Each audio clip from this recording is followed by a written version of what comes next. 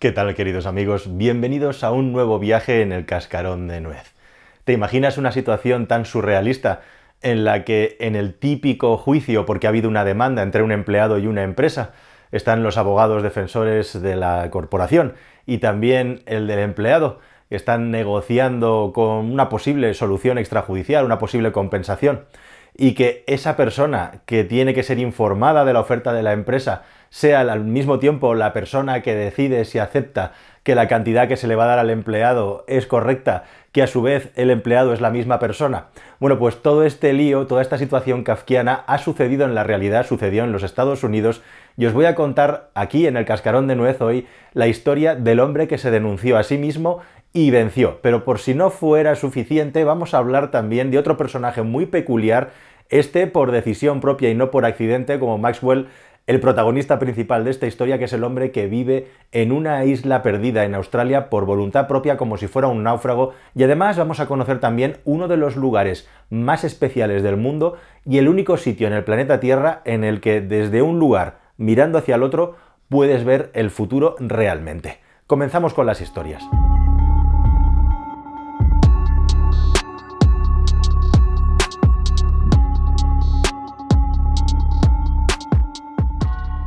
Corría el año 1976 cuando Peter Maxwell acogió a un nuevo empleado que entraba en su empresa, una empresa que se llamaba Life Products Incorporated y que se dedicaba a la fabricación de productos industriales. Maxwell, 1976, ciudad de Chino, California, paseaba por las instalaciones explicándole a un nuevo empleado, como digo, el funcionamiento de una máquina que desgraciadamente había sido reparada de una manera defectuosa, de tal modo que uno de los pernos que tenía en sus mecanismos sobresalía un poco más de lo que debería.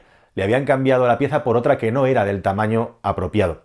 Y lo que sucedió a continuación es que en un giro, de una manera completamente involuntaria, debido a que esa máquina sobresalía más de lo normal, se enganchó, se agarró con el jersey de Maxwell con tan mala suerte que tiró de él y acabó engullendo buena parte de su brazo hasta casi el hombro, provocándole graves heridas. De hecho, Maxwell tuvo que ser operado varias veces y a raíz de esta operación perdió parte de movilidad en uno de sus brazos. La empresa, en ese momento, era una empresa particular porque él poseía el 95% de las acciones de la sociedad y el otro 5% pertenecía a otro matrimonio. Y él además tenía un salario muy modesto, solamente era un salario simbólico de $10.000, así que en ese momento era el accionista principal y propietario de la empresa, era el director de la empresa e igualmente era también un empleado. Al sufrir estas heridas importantes, estuvo varios meses de baja y sin poder elaborar su trabajo, y de tal manera que al final acabó igualmente pues con un nivel de invalidez en una de sus extremidades. Así que su mujer, su esposa, tuvo que estar haciendo su trabajo por mucho tiempo, y en ese tiempo él pensó que lo que había ocurrido era un accidente laboral y que por lo tanto tenía derecho a recibir una indemnización de la empresa porque iba a dejar de poder realizar una parte importante de su trabajo ahí, a pie de fábrica, a pie de máquina. Así que lo que decidió fue hablar con su abogado y plantearle presentar una denuncia contra su propia empresa. Y el abogado le dijo que sí, que estaba en su derecho para hacerlo, pero que había un problema importante. Bueno, y el problema era ni más ni menos que había un conflicto de intereses por parte del abogado, ya que en este caso el abogado de la empresa tenía que defender los intereses de la empresa e igualmente también tenía que defender los intereses del empleado, que en este caso eran la misma persona. Así que el abogado le dijo: mira, señor Maxwell, adelante, vamos a hacerlo, pero tiene usted que contratar a un abogado que le defienda a usted a título particular para que no haya ese conflicto de intereses. Y dicho y hecho. Así que Maxwell, decidido a seguir adelante con su plan, contrató a un nuevo abogado, de tal manera que ahora eran 3 personas. Estaba la persona que sufría el problema, Maxwell, estaba su abogado defensor y estaba también el propietario de la empresa que defendía los intereses de la empresa, Maxwell, e igualmente su abogado. Y se da la situación kafkiana surrealista de que los 3 estaban negociando cuando la parte, que era la parte de Maxwell, era a su vez la parte litigante y la parte litigada. Así de surrealista. La cuestión es que finalmente y tras deliberaciones decidieron que lo mejor era acordar una compensación extrajudicial y llegar a un acuerdo económico. Y ese acuerdo económico se instauró en unos $122.500. Recordad que en los Estados Unidos de América, pues no hay una seguridad social, tienes que pagarte las operaciones y el seguro laboral de este señor pues probablemente no cubría todo lo que le ocurrió. Así que decidieron acordar esa compensación por todos los daños recibidos y los gastos médicos, y él mismo se ingresó a sí mismo esos 122.500 dólares que salieron de las cuentas de las arcas de la empresa, lógicamente. Pero entonces en ese momento acabó entrando en acción alguien totalmente inesperado hasta aquí, pero muy lógico que apareciera en toda esta historia. Y quien apareció fue ni más ni menos que el IRS, el fisco, la hacienda estadounidense que controla pues todo aquello que tiene que ver con la fiscalidad y cómo movemos el dinero, ¿no? El IRS es la hacienda de los Estados Unidos, y aquella operación al IRS lógicamente no le pareció ni limpia ni válida, le olía a chamusquina por todas partes. Así que presentó una demanda, declaró ilegal el acuerdo al que Maxwell había llegado con sí mismo y decidió interponer dos multas. Una al empleado, porque consideró que esa indemnización que había recibido era una indemnización que lo que buscaba era llevarse una retribución de la sociedad sin tener que cotizar, sin tener que pagar impuestos. Porque ese dinero, al ser una indemnización por un accidente laboral, no estaba sujeto a impuestos. Y la Hacienda decidió que no, amigo, tú lo que estás intentando es pagarte un extra, pagarte un sobresueldo, y vas a pagar tus impuestos como si fuera una retribución o una retirada de beneficios. E igualmente el IRS también interpuso una multa a la sociedad, porque igualmente la sociedad hizo que la indemnización que pagó a Maxwell se tributara como un gasto común de empresa y por lo tanto se pudiera deducir en los gastos de la sociedad. Así que lo más divertido de todo es que Maxwell había ingresado 122.500 dólares y la suma de la multa a la empresa más la suma de la multa al personaje eran 122.685 dólares. Sí, después de toda esta historia y después de todo este viaje, Maxwell había perdido 185 dólares por el camino. Pero entonces, las dos partes litigantes, que en realidad era una, tuvieron el acuerdo en común de recurrir a la decisión del IRS, y si la historia ya de por sí es surrealista, siguió a un segundo nivel de surrealismo en la que las dos partes litigantes tenían un frente común contra un nuevo enemigo que era la Hacienda. Y en este caso, la resolución iba a tardar mucho en llegar. Estamos hablando de que todo esto sucedió sobre el año 77 y no fue hasta 1990 en el que finalmente un juez falló a favor de ¿quién? Pues sí, falló a favor de Maxwell. Consideró que efectivamente la empresa se podía deducir ese gasto, que había hecho un acto correcto haciendo una deducción por el gasto de la indemnización sobre Maxwell, igualmente que al ser una indemnización por un accidente laboral con el resultado de daños y perjuicios importantes para la salud de este trabajador y merma de sus capacidades, no había lugar a ser considerada como una retribución de cualquier tipo por parte de un accionista de la empresa hacia sí mismo. Así que 14 años después de que todo esto ocurriera, Maxwell ganó, y el hombre que se puso una demanda a sí mismo acabó victorioso ante la justicia.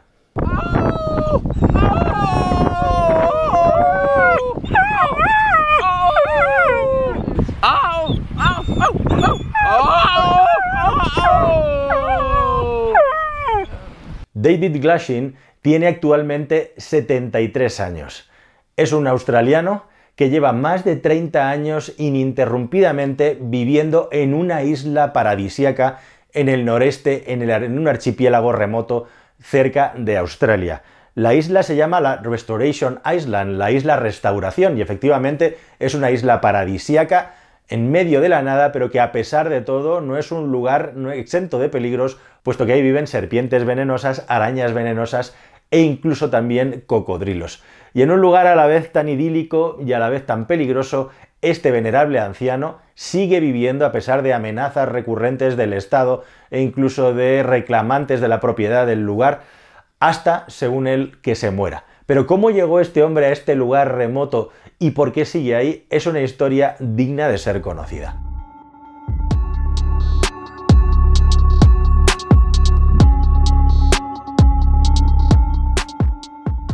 Bueno, Glashin, antes de convertirse en un náufrago despojado de todo por decisión propia, era un próspero hombre de negocios de origen irlandés que había hecho fortuna abriendo una mina de oro en Papúa Nueva Guinea.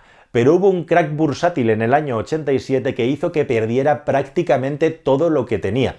Y eso le hizo perder, según ha contado él, la suma de 10 millones de dólares, llevándole a una concatenación de desgracias, a una escalada de pérdidas en las que además se divorció, tuvo que indemnizar, por supuesto, a su ex esposa, tuvo la desgracia de perder a una de sus hijas que se suicidó y, en definitiva, este señor, un próspero hombre de negocios en el pasado, acabó cayendo en desgracia. Y lejos de amilanarse, lejos de venirse abajo, después de pasar los peores momentos de su vida, según cuenta él, con una de sus novias comenzaron a fantasear en cómo sería vivir en una isla desierta. Así que, dicho y hecho, consiguió un permiso para irse a esa isla y allá que se quedó con su novia. Al poco tiempo de llegar allí, la novia decidió que aquello era muy bonito como un ejercicio para fantasear, pero que aquella vida no iba con ella, así que se marchó y lo dejó allá abandonado completamente. Y desde entonces, desde el año 90, vive en ese lugar. De vez en cuando interactúa con los pescadores arrastreros que pasan por la zona e intercambia bienes, y según él mismo cuenta, al más puro estilo de la película Náufrago, con el tiempo ha aprendido grandísimas habilidades en lo que se refiere a la pesca, es capaz de ver debajo del agua qué es lo que está sucediendo cuando hay movimiento, e igualmente también, según dice él, ha agudizado enormemente su capacidad de visión en la oscuridad para poderse mover en un lugar extremadamente peligroso. De hecho, durante muchos años le ha acompañado su escudero fiel, un perrito que parece ser que desgraciadamente falleció víctima de la mordedura de una serpiente. O sea que este es un lugar en el que cada día cuando te vas a dormir no sabes realmente quién te puede atacar o quién va a hacerte despertar súbitamente en medio de la noche porque estás rodeado de naturaleza salvaje y agresiva. Y aún así, ahí vive. Y a pesar de que incluso por cuestiones medioambientales se ha hablado muchas veces de expulsarlo de la isla, él sigue en ese lugar. Y lo único que dice es que echa de menos a veces un poco de compañía femenina, y de hecho en los últimos tiempos se colocó con unas placas solares una rudimentaria conexión a internet con la que intentó conseguir novia. Y hubo una mujer italiana que al finalmente se ve que el señor es bastante exigente, le gustó lo suficiente, interactuó con ella de una manera positiva y decidieron que se querían dar una oportunidad, pero cuando la mujer llegó allá, según él dice, quería tener una relación abierta y él dice que no entiende muy bien eso de la relación abierta, pensaba que era contarse todos los secretos y no, me parece que no iba la cosa por ahí. La cuestión es que este señor sigue viviendo ahí después de 30 años y, según dice, está mucho más en forma que cuando tenía 40 y pico y decidió dejarlo todo para acabar en la isla y comportarse y vivir como un auténtico superviviente, como un auténtico náufrago. Y ya veremos qué ocurre antes, si termina sus días en ese lugar, si la naturaleza, ya sea por un fenómeno meteorológico o por el reino animal, se lo lleva por delante o si finalmente es expulsado. Mientras tanto, nuestro amigo David Glashin vive en la isla remota y es el auténtico náufrago del mundo real.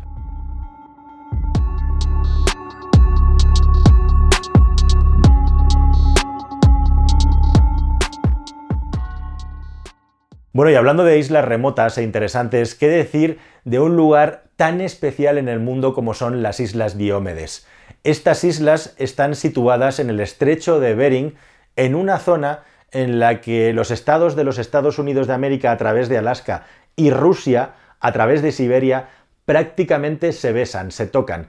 De hecho, es una zona extremadamente fría, polar, que en las temporadas de invierno tiene el mar completamente congelado, de tal manera que se puede cruzar andando de una isla a la otra. Una distancia de 2,2 millas, o lo que es lo mismo, 3,7 kilómetros, algo que cualquier persona en invierno puede hacer caminando si va suficientemente equipada. Y eso es lo que han estado haciendo los moradores del lugar desde hace cientos, miles de años. Tenéis que saber que son dos islas, la Diómedes Mayor y la Diómedes Menor. La mayor pertenece a Rusia, la menor pertenece a los Estados Unidos.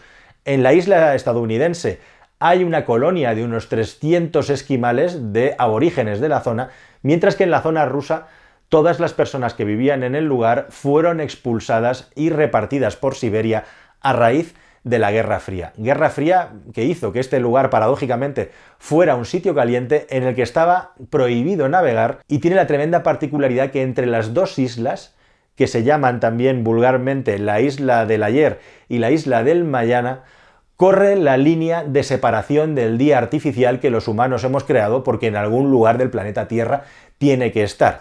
Y lo más increíble y alucinante es que con poco más de 2 millas de separación entre las islas, en una isla es 1 hora y en la otra isla son 21 horas más tarde porque la línea del cambio del tiempo así lo delimita. De tal manera que viven en días distintos buena parte del tiempo, a pesar de que, como digo, entre las dos islas hay menos de 4 kilómetros de distancia. Este es un lugar especial igualmente porque hasta el año 88, como os decía, hasta la desintegración de la Unión Soviética, ahí a las puertas, estaba prohibido navegar por ella. Y hubo una nadadora que se propuso nadar de una isla a la otra para intentar hacer ruido y dar visibilidad al problema de la Guerra Fría.